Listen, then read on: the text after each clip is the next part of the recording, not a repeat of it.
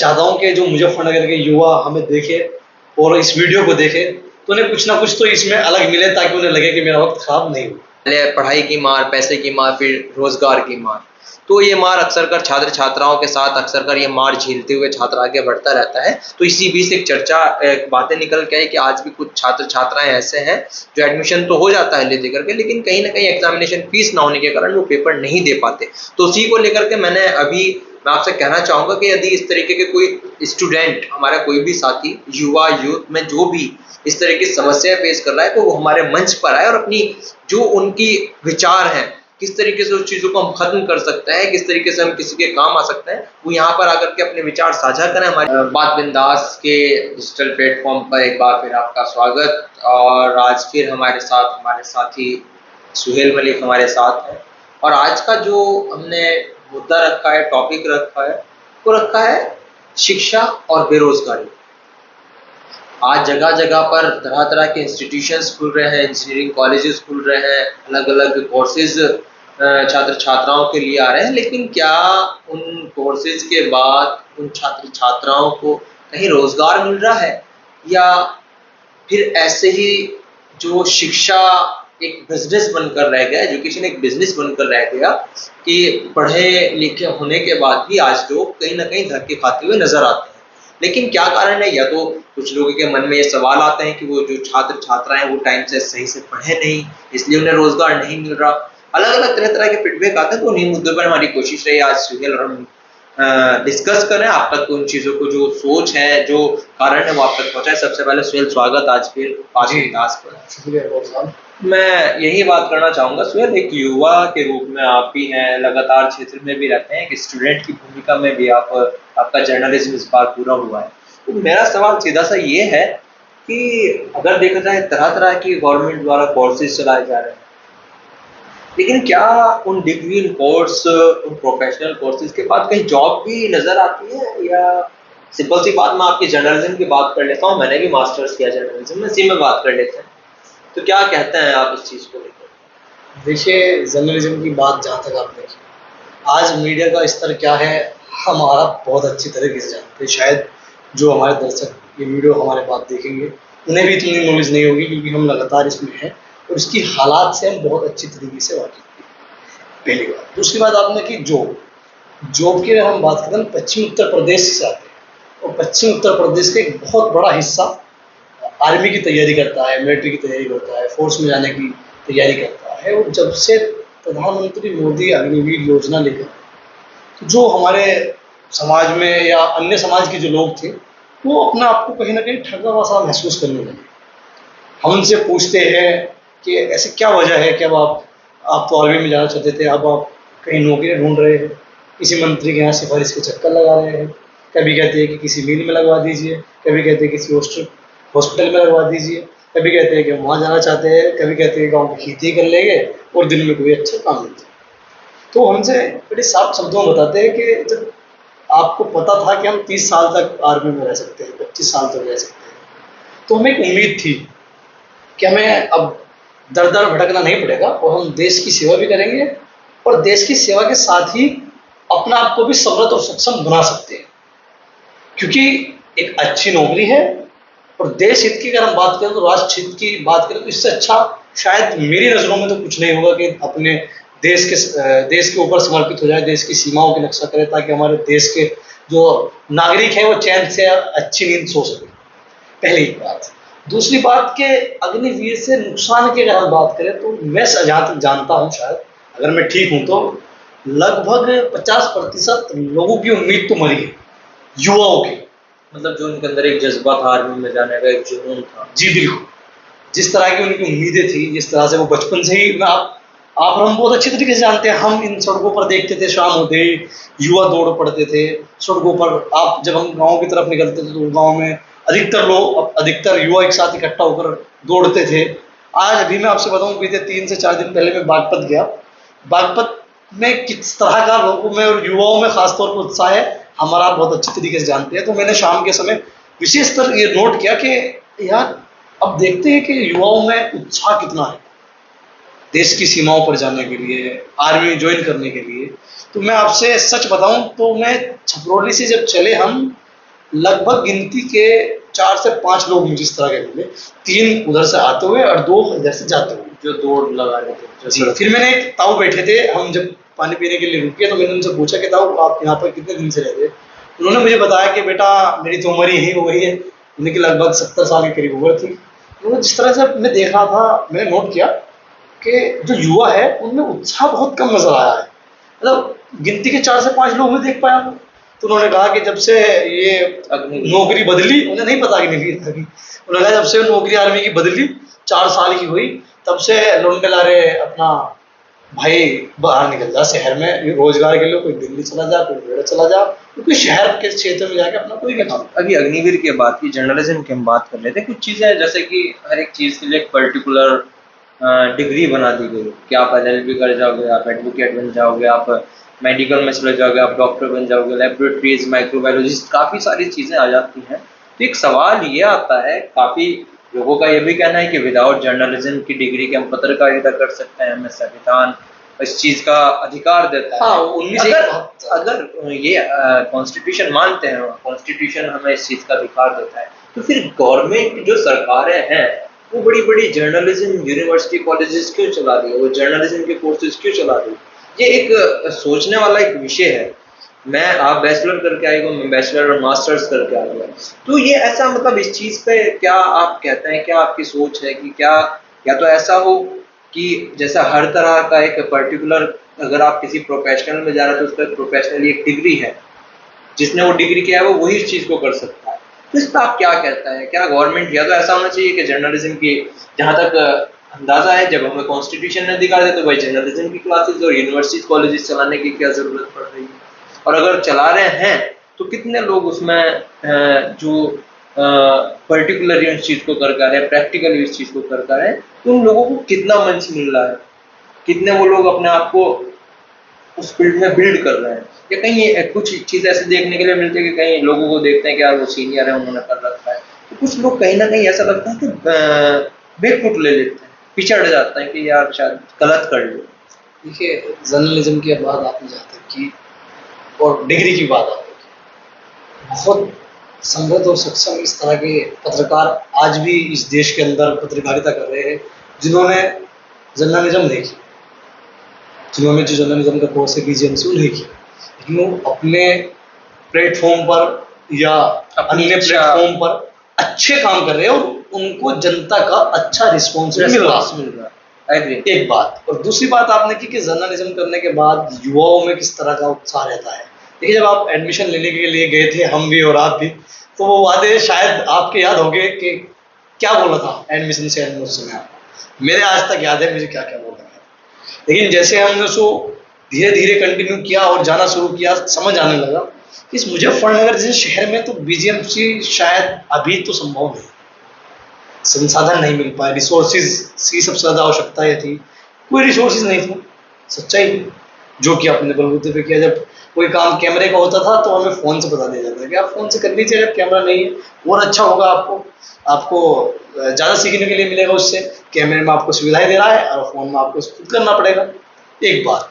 और दूसरी बात, जो आप बड़ी अच्छी तरीके से जानते हैं कि यहाँ पर कितने जर्नलिज्म किए हुए लोग मेरी जानकारी में, और मैं जहाँ तक शहर के पत्रकारों में आज युवाओं की अगर मैं बात करूँ तो गिनती के 4 से 5 या 6 आदमी हैं, लड़के हैं जो जॉब कर रहे हैं BGMC या मास्टर्स करके। नहीं मतलब, और उनकी अगर मैं सैलरी की बात करूँ तो ये बहुत छोटी बात होगी, क्योंकि आप और हम बहुत अच्छी तरीके से जानते हैं कि जर्नलिज्म में क्या सैलरी मिलती है। नहीं, वाकिफ हैं। जब पहले जो सीनियर जर्नलिस्ट हैं, जो वरिष्ठ पत्रकार हैं, वो अपने बिहाफ पे ट्रैक तैयार करके अब तक यहाँ तक पहुँचे, लेकिन अब मेन मुद्दा जो है, अब अगर देखा जाए हर तीसरा आदमी पत्रकार बन गया, एक यूट्यूब चैनल क्रिएट किया, हालांकि हम भी डिजिटल प्लेटफॉर्म यूज़ कर रहे हैं, लेकिन उन चीज़ों पे क्या लगता है कि कहीं ना कहीं जो पढ़ा लिखा है, जो पढ़ के आ रहा है, उस चीज़ को प्रोफेशनली करके आ रहा है, तो कहीं ना कहीं खुद को ठगा सा महसूस करता है।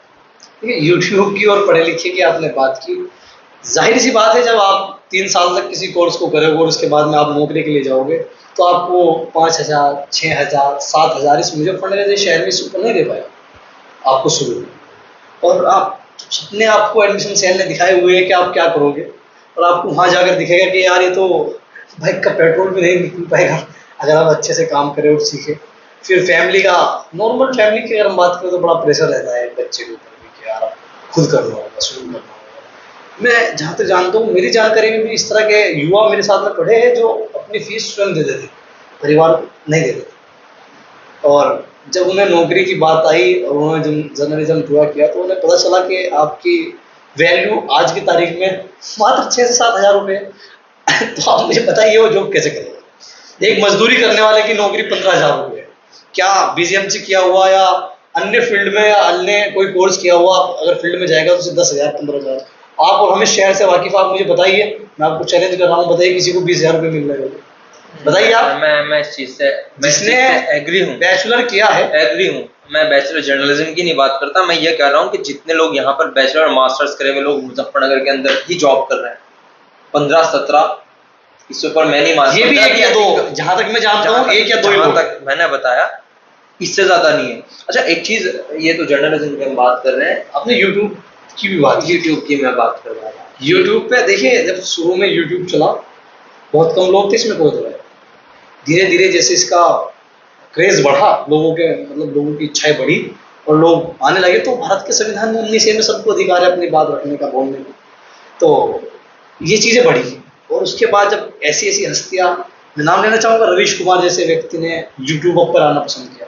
एनडीटीवी इंडिया के बाद उन्होंने यूट्यूब चैनल खोला, किसी बड़े प्लेटफॉर्म पर, किसी बड़े चैनल में काम नहीं किया। वो बड़े प्लेटफॉर्म में से निकल के आए, वो खुद को बिल्ड करके वरिष्ठ पत्रकार बने, उसके बाद उन्होंने अपने मंच पर अपना खुद का क्रिएट किया। लेकिन मैं इस चीज को मानता हूँ 19A अधिकार देता है, लेकिन क्या अगर 19A में अधिकार दे दिया गया, 19A में अधिकार दे दिया गया, तो फिर ये अलग से प्रोफेशनल जर्नलिज्म कोर्स सरकार को क्यों बनाना पड़ा? और जब बनाया तो ऐसे कितने पत्रकार, कितने जर्नलिस्ट तैयार हो सकते हैं, कितने चैनल्स में लोगों को अपॉर्चुनिटी मिलती है। अगर बात करें एक चैनल, किसी भी बड़े चैनल की, तो वहाँ की एक लिमिटेशंस होती हैं कि हम इतने एम्प्लॉइज ले सकते हैं, हम इतने एम्प्लॉइज अपने यहाँ हायर कर सकते हैं। लेकिन आज के टाइम में देखा है तो वो भी आप बहुत अच्छे से जानते हैं, आउटसोर्सेज बाय सोर्स।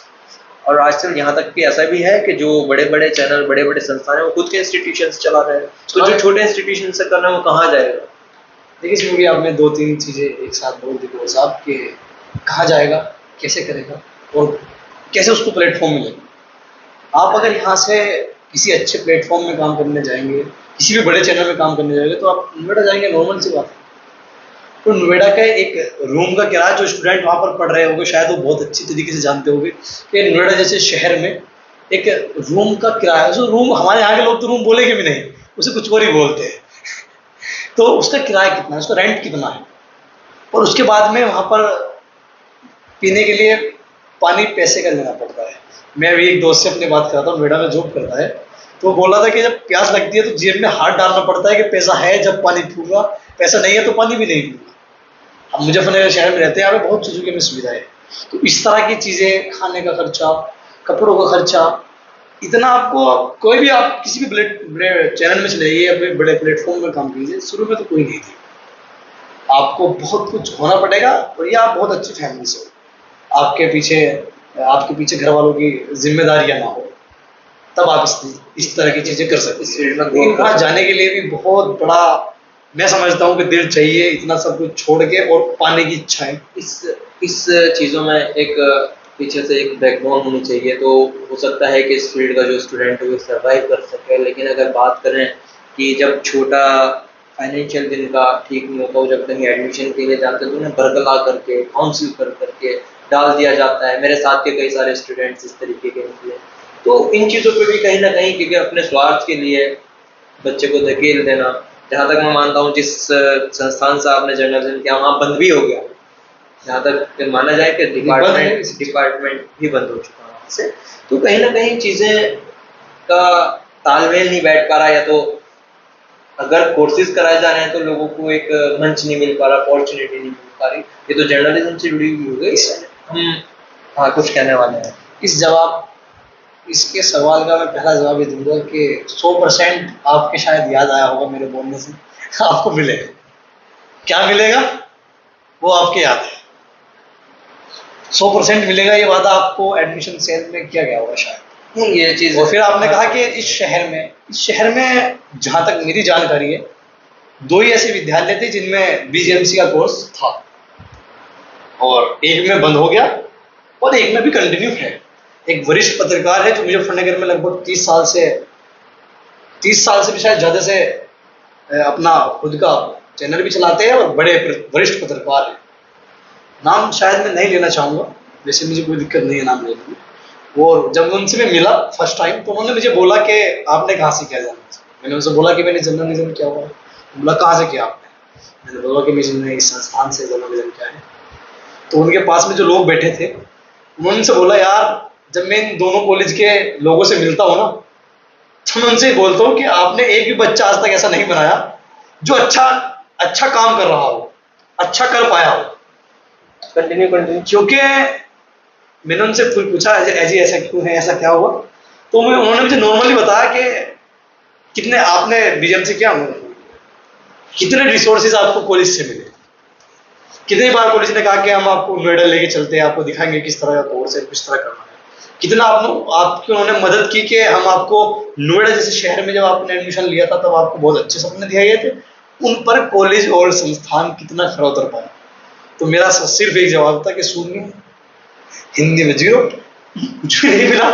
ये सच्चाई थी, लेकिन जो किया खुद से किया। और शायद अनुभवी लोग फील्ड में मिलते हैं, अलग अलग तरह के लोग मिलते हैं। ऐसा नहीं है जिन्होंने जर्नलिज्म नहीं किया कि उन्हें कुछ नहीं पता, उनसे भी बहुत चीज़ें अब फील्ड में हम है सीखने के लिए मिलता है।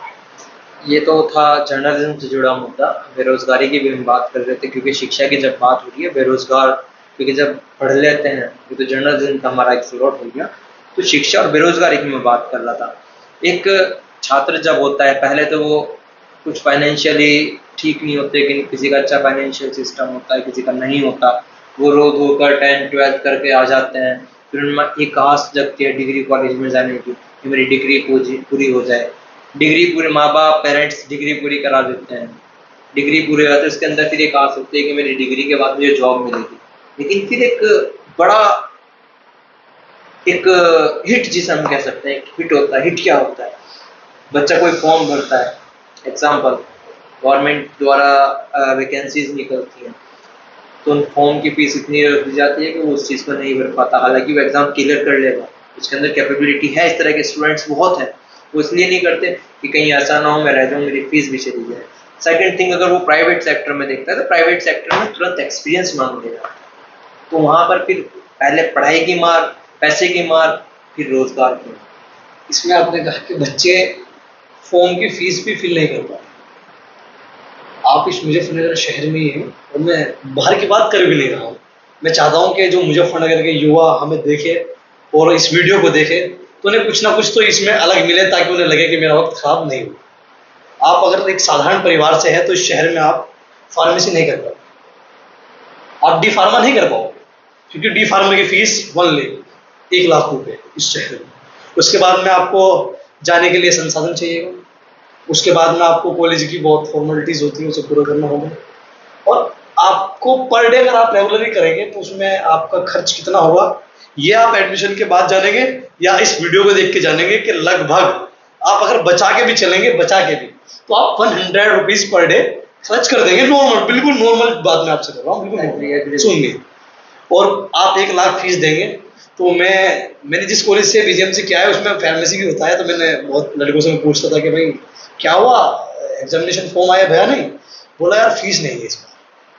फीस नहीं है तो क्यों करा? बोला कि यार सोचा था हो जाएगा, आप घर की स्थिति खराब है तो नहीं हो पाया। तो उनकी जो इच्छा थी वो तो मर गई। अब इस शहर में जब आप पढ़ने के बाद, ग्रेजुएशन होने के बाद आपको 10,000, 7,000, 12,000, शायद 12,000 भी मैं समझ रहा हूँ, मैंने जहां तक देखा है नहीं मिल रहे 12,000। उसमें आप मजदूर से भी नीचे की कैटेगरी में तो आप पहले ही आ गए। घर वालों का पैसा खत्म करके, अपना टाइम गवा के आप मजदूर से भी नीचे की कैटेगरी में तो आ गए। लेकिन उसके बाद आपको जब ये कहा जाएगा कि आपको 1 लाख रुपए एक बार भी जमा करने हैं या 2 बार भी जमा करने हैं, और आप साधारण परिवार से, तो आप मुझे बताइए, कमेंट करके इस वीडियो में जरूर बताइए कि आप कहाँ से करें और कैसे करेंगे। बताइए, नहीं बता पाएंगे। क्यों नहीं बता पाए? क्योंकि उसको पता है कि मैं कहाँ से लाऊंगा इतना पैसा। हम अच्छी तरीके से जानते हैं कि स्थिति क्या बन गई। यानी कि एक तरीके से देखा जाए, और सिर्फ मैंने एक कोर्स की बात की है, और ऐसे बहुत कोर्स है जिसमें आप नहीं कर पाएंगे। आपको प्रोफेशनल इंग्लिश चाहिए, आप बीबीए करेंगे, बीसीए करेंगे, तो आपको इतना प्रोफेशनल इंग्लिश चाहिए कि आपको 3 अगर आपने यूपी बोर्ड से किया तो शायद मैं अगर सही बोल रहा हूँ तो आपको 3 कोचिंग सेंटर लेने पड़े, और उन कोचिंग सेंटर की कितनी फीस है ये भी आप और हम बहुत अच्छी तरह जानते हैं, और आपको जाने के बाद पता चल जाएगा। यानी कि कहीं ना कहीं एक तरीके से देखा जाए तो जो काबिल लोग हैं, जो स्टूडेंट्स छात्र छात्राएं आज भी समाज में हैं, उन्हें एक अपॉर्चुनिटी के रूप में अगर मिल भी जाती है तो कहीं ना कहीं वो मार खा जाते हैं। वो फाइनेंशियल को लेकर हो, वो एग्जामिनेशन फीस को लेकर हो, वो डेली का, हालांकि कुछ आज भी ऐसे स्टूडेंट्स मैं देखता हूँ, कुछ आज भी ऐसे लोग हैं जो पैदल ही निकल जाते हैं, कुछ को फैसिलिटीज। इसी पे मैं एक बात याद आ गई, मैं नाम तो नहीं बताऊंगा, एक शख्स मुझे 3 दिन पहले मिला, उनकी उम्र लगभग 40 साल होगी। तो उन्होंने बोला कि भाई मुझे 10,000 रुपये चाहिए। क्यों चाहिए भाई? मतलब दिवाली आ रही है। ठीक है दिवाली आ रही है तो अरे आप हमें दोगे ना पैसे, आप तो ऐसे आप कमा रहे हो, हम तो भी नए नए किए, कहीं से मिल जाता है कहीं से नहीं मिल पाता है, हम आपको कहाँ से दें। तो उन्होंने कहा यार इतनी बुरी हाल है कि मैं आपको बता भी नहीं सकता। तो मैंने नॉर्मली सोचा कि यार इनकी 40 साल एज है, और वो ऐसे नहीं थे कि कभी काम किया कभी नहीं किया, कंटिन्यू नौकरी कर रहे हैं भाई साहब। जब से उन्होंने होश संभाला 15 साल की उम्र से, वो अपने मुंह से बताया, उन्होंने लगभग 4 से 5 साल से जानता भी हूँ।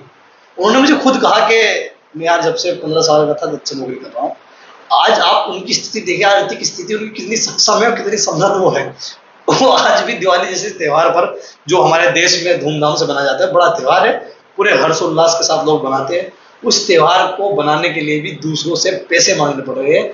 ऐसी हालत है, ऐसी हालत में वो अपने बच्चे को प्राइवेट स्कूल में कैसे पढ़ा जाएगा? गौर साहब मैं आपसे पूछना चाहता हूँ, आप मुझे बताएं। यानी कि बच्चे प्राइवेट, एग्री कर रहा हूँ, नहीं पॉसिबिलिटी। अगर कुछ इस तरीके के आज भी लोग हैं जो जॉब कर रहे हैं और जॉब के बाद भी कैसे, और इसमें भी मिडिल क्लास बहुत जल्दी पिसता है। गरीब आदमी है, उसको हम या आप देख कर दे यार नहीं ठीक है, तो अच्छे बड़े लोग हो गए, समृद्ध हो, सक्षम हो, कहेंगे गरीब आदमी में से जानता हूँ उसको। लेकिन जो मिडिल क्लास होता है वो जिस तरीके की समस्या अभी खास करके निकल के इन डिस्कशन, इस बातों के बाद, इस चर्चा के बाद, तो ये निकल के कि कहीं ना कहीं आज भी समाज में इस तरीके के छात्र छात्राएं हैं जो पेपर नहीं दे सकते क्योंकि एग्जामिनेशन फीस उनके पास नहीं है। और उसके बाद भी एक चीज मैं शायद भूल गया था पीछे, एग्जाम फीस तो नहीं है, और साथ में अगर उन्होंने एग्जामिनेशन फीस भर भी दी और फॉर्म भर भी दिया तो उसका कोई एतबार नहीं है कि कब पेपर लीक हो जाएगा। इस उत्तर प्रदेश में 2022 के जब विधानसभा चुनाव में मैं बड़ी अच्छी तरीके से जानता हूँ कि सपा मुखी अखिलेश यादव ने लगातार सरकार पर आरोप लगाया, और सरकार की कमियां थी कि कितने पेपर लीक हुए। तो कहीं ना कहीं युवा एक कोचिंग भी करेगा, और उसने फॉर्म भर दिया तो कोचिंग की तरफ तोड़ेगा कि यार अच्छे से अच्छे नंबर आए ताकि मेरी जल्दी से जल्दी जॉब। तो उसको पहले वो कोचिंग भी करेगा, पहले वो पैसे भी जमा करेगा, फिर वो मेहनत भी करेगा, और उसको जाकर पता चलेगा कि पेपर लीक। तो ये भी एक कमी है सरकार को, मैं समझता हूँ सरकार ध्यान दे रही है, और भी शायद ध्यान देने की जरूरत है ताकि युवाओं को नौकरी मिल सके, और जो बेरोजगार युवा आज पढ़ लिख कर भी बेरोजगार है उसको भी शायद सरकार से उम्मीद बढ़े और वो आगे भविष्य में शायद बेहतर कुछ कर पाए। ऐसी मुझे उम्मीद सरकार से है, और जो लोग ये वीडियो देख रहे हैं शायद उनसे भी एक कुछ शायद मेरी उम्मीद थी कि आपको कुछ सीखने के लिए मिलेगा, और अगर नहीं मिला तो मैं माफी चाहूंगा। आगे से कोशिश रहेगी कि आपको कुछ ना कुछ इस वीडियो के माध्यम से, इस मंच के माध्यम से आपको। ये मेरे साथ सुहेल थे, सुहेल हमारे साथी, हम लोग आजकल, पहले भी हम लोग समय फील्ड में रहे हैं, हम लोगों ने वर्क किया है, और यहाँ पर जब ये चर्चा हुई, इस चर्चा के अंदर काफ़ी सारी चीज़ें निकल के आई। जर्नलिज्म की हमने बात की, बेरोजगारी, शिक्षा की हमने बात की। जब शिक्षा की बात हुई, जैसे कि मैंने भी कुछ चीज़ें कही कि पहले पढ़ाई की मार, पैसे की मार, फिर रोजगार की मार, तो ये मार अक्सर कर छात्र छात्राओं के साथ अक्सर कर ये मार झेलते हुए छात्र आगे बढ़ता रहता है। तो इसी बीच एक चर्चा, बातें निकल के आई कि आज भी कुछ छात्र छात्राएं ऐसे हैं जो एडमिशन तो हो जाता है ले दे करके, लेकिन कहीं ना कहीं एग्जामिनेशन फीस ना होने के कारण वो पेपर नहीं दे पाते। तो उसी को लेकर के मैं आपसे कहना चाहूँगा कि यदि इस तरीके के कोई स्टूडेंट, हमारा कोई भी साथी, युवा, यूथ में जो भी इस तरह की समस्या फेस कर रहा है, तो वो हमारे मंच पर आए और अपनी जो उनकी विचार हैं, किस तरीके से उस चीज़ों को हम खत्म कर सकते हैं, किस तरीके से हम किसी के काम आ सकते हैं, वो यहाँ पर आकर के अपने विचार साझा करें। हमारी कोशिश रहेगी इस मंच के द्वारा कि जितना हो सके समाज के जो युवा है, क्योंकि यूथ जो है वो भविष्य है इस देश का, तो उनके साथ कोई इस तरीके की चीज़ें ना हो कि वो अपनी जो प्रोग्रेस है, जो उनके सक्सेस है, वो बीच में कहीं कोई बैरियर ना आए। तो हमारी कोशिश रहेगी इस तरीके के जो भी यूथ है वो आए और अपने जो विचार है वो साझा करें, और फिर मिलेंगे अपने नए किसी टॉपिक के साथ, सुहेल के साथ ही। तब तक के लिए आपसे हम यही कहना चाहेंगे, आप चैनल को सब्सक्राइब करें, लाइक करें, शेयर करें, और यदि आपका कोई सजेशन है तो आप हमें कमेंट करके बताएं, और अपना कमेंट में नंबर डाल दें। हमारी कोशिश रहेगी हम आपसे संपर्क करें। Thank you. अब बीच में से कुछ चीजें काटनी है, पहली वाली जो बोल दी थी।